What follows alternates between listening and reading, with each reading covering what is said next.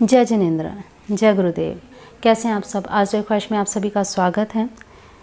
जैसे कि कल करवा चौथ है, बहुत ही महत्वपूर्ण दिन है सभी महिलाओं, बेटियों, बहनों, माताओं के लिए।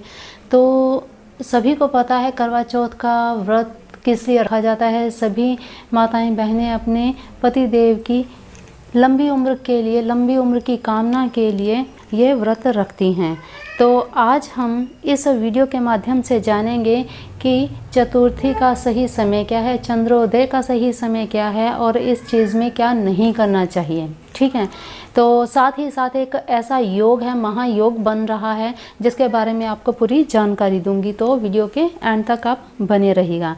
तो चलिए बिना समय गवाए वीडियो आज की शुरू करते हैं। देखिए, सबसे पहले तो आपको ये बता दूं कि चतुर्थी लगेगी 4 नवंबर सुबह 5:14 से 5 नवंबर सुबह 6:36 तक रहेगी। ठीक है, 5:14 को लगेगी 4 नवंबर को और 5 नवंबर 6:36 तक रहेगी। ये तो है चतुर्थी लगने का और उतरने का समय। इसके बाद चंद्रोदय का समय क्या है? चंद्र उदय का समय है 8:12। मेरे सिटी के हिसाब से, आपके सिटी के हिसाब से 2-3 मिनट का फ़र्क होता है, ज़्यादा फ़र्क नहीं होता। 8 और 8:15 के बीच में चंद्र उदय हो जाएगा। ठीक है, चलिए 2 जानकारी आपको दे दी हैं, एकदम स्ट्रिक्ट जानकारी है ये। इसके बाद हम बात करते हैं योग की। आज के दिन 4 नवंबर को स्वार्थ सिद्धि योग बन रहा है, जो कि अपने आप में बहुत ही महत्वपूर्ण योग है। इस योग में क्या कर सकते हैं? देखिए, इस योग में अगर आपने मकान खरीदना हो, खरीद सकते हैं। देखिए, स्वार्थ सिद्धि योग मतलब स्वार्थ सिद्धि योग अपने आप में ही ऐसी चीज़ें करने का समय है, ऐसा काम करने का समय है। अगर आप किसी दुकान का, अपनी दुकान का उद्घाटन करना चाहते हैं, वो आप कर सकते हैं। ऑफिस का वाहन हैं, वो आप कर सकते हैं। ठीक है, कोई मकान की रजिस्ट्री करनी हो, वो आप कर सकते हैं।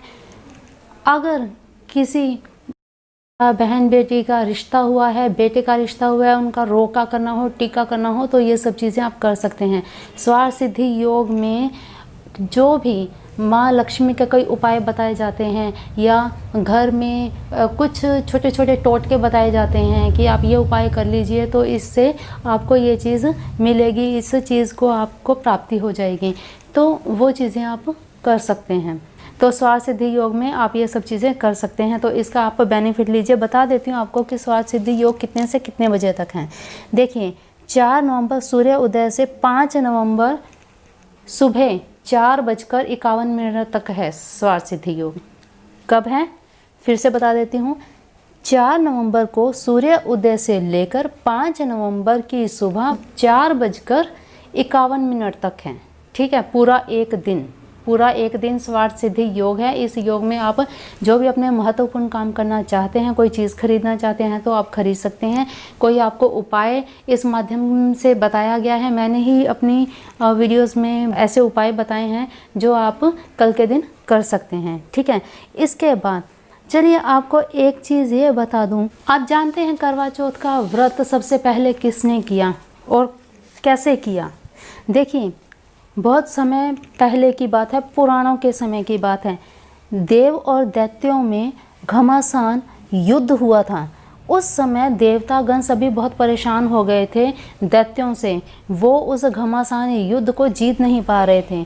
तब उन्होंने क्या किया था? ब्रह्मा जी के पास वो गए थे और उनसे विनती की थी कि हमें कुछ ऐसा उपाय बताइए कि जिससे हम दैत्यों को हरा सकें और हम विजय प्राप्त कर सकें। तब ब्रह्मा जी ने एक ही चीज़ बताई थी कि इसका एकमात्र उपाय है, अगर आप कर ले तो आपको निश्चय ही विजय प्राप्त होगी। तो देवतागण ने ब्रह्मा जी से निवेदन किया कि आप बताइए क्या उपाय है, हम अवश्य करेंगे।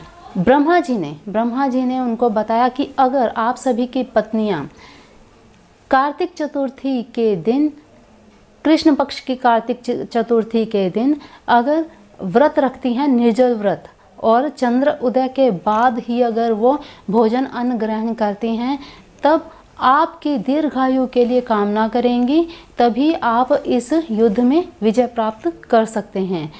यही बात उन्होंने अपनी पत्नियों से कही, जाकर देवतागण ने अपनी पत्नियों से कही। तब क्या हुआ? सभी पत्नियों ने, सभी देवियों ने ब्रह्मा जी के पास आकर निवेदन किया, विनती की कि आप इनका हमें पूरी विधि बताइए, इनकी पूरी विधि बताइए कि ये व्रत कैसे करना है और किस प्रकार करना है। तो ब्रह्मा जी ने पूरी विधि बताई। पूरी विधि बताने के बाद जब उन्होंने इस व्रत को, अब यहाँ पे था, सभी संशय में थी कि इस व्रत को कैसे किया जाए, क्या किया जाए। तब ये व्रत सबसे पहली बार माँ जगदम्बा, माँ पार्वती ने इस व्रत का आरंभ किया। उन्होंने ये व्रत पहली बार किया और उसी के बाद सभी देवियों ने इस व्रत को किया और इस व्रत के करने के बाद पूर्ण विधि के साथ व्रत को किया, व्रत को खोला और तभी सभी देवतागण दैत्यों से विजय प्राप्त कर पाए और इसी के बाद से ये प्रचलन शुरू हो गया। सभी ने अपने पति के सौभाग्य के लिए, उनकी लंबी उम्र के लिए यह व्रत करना आरंभ कर दिया अपने हिंदू धर्म में। ठीक है, दूसरा वृतांत आता है, जब पांडव जंगलों में भटक रहे थे उस समय द्रौपदी ने श्री कृष्ण से ये चीज़ पूछी थी कि हम कब तक यहाँ ऐसे भटकते रहेंगे, कब हमारे दिन अच्छे आएंगे और कब हमें इन सब चीज़ों से निजात मिलेगी, इस आपदा से कैसे हम निकल पाएंगे। तब श्री कृष्ण ने द्रौपदी को यही व्रत करने को कहा, जिसे द्रौपदी ने पूरी विधि से किया और इसी व्रत के प्रभाव से वो इन सब संकटों से निकल पाए और द्रौपदी के सभी पतियों की सही सलामत उन्हें दीर्घ आयु होने का आशीर्वाद मिला। तो देखिए कहाँ से शुरू हुआ ये व्रत। ये व्रत शुरू हुआ माँ पार्वती से। माँ पार्वती ने पहला व्रत किया। चलिए अब आगे बात कर लेते हैं कि आज के दिन, करवा चतुर्थी के दिन क्या नहीं करना चाहिए, किस चीज़ का खास ध्यान रखना चाहिए। देखिए, करवा चतुर्थी को, कार्तिक की करवा चतुर्थी के दिन किसी भी महिला को, चाहे उस महिला ने व्रत रखा हो या ना रखा हो, इस दिन सुई का उपयोग नहीं करना चाहिए। जैसे कि हम सभी सुनते हैं कथाओं में, एक नहीं 3-4 कथाएं आती हैं, जिनमें एक कथा में यही वृतांत आता है कि 7 भाइयों की एक बहन से क्या गलती हुई थी, जिसका परिणाम उसे बहुत ही भयंकर भुगतना पड़ा था। तो ऐसी गलती कभी मत कीजिए। आज के दिन सुई, टांका लगाने वाली सुई या कोई भी नुकीली चीज़, इसी तरह की कोई भी नुकीली चीज़ का उपयोग ना करें, उसे हाथ ना लगाएं। इस चीज़ का आपने पूर्णतः ध्यान रखना है। तो देखिए, कल का स्वार्थ सिद्धि योग, करवा चौथ, कार्तिक की चतुर्थी बहुत ही अच्छा शुभ समय ये बताता है और सभी महिलाओं के लिए बहुत ही शुभ समय है ये। तो सभी महिलाओं को व्रत करना चाहिए, अपने पतियों के लिए शुभकामना करनी चाहिए।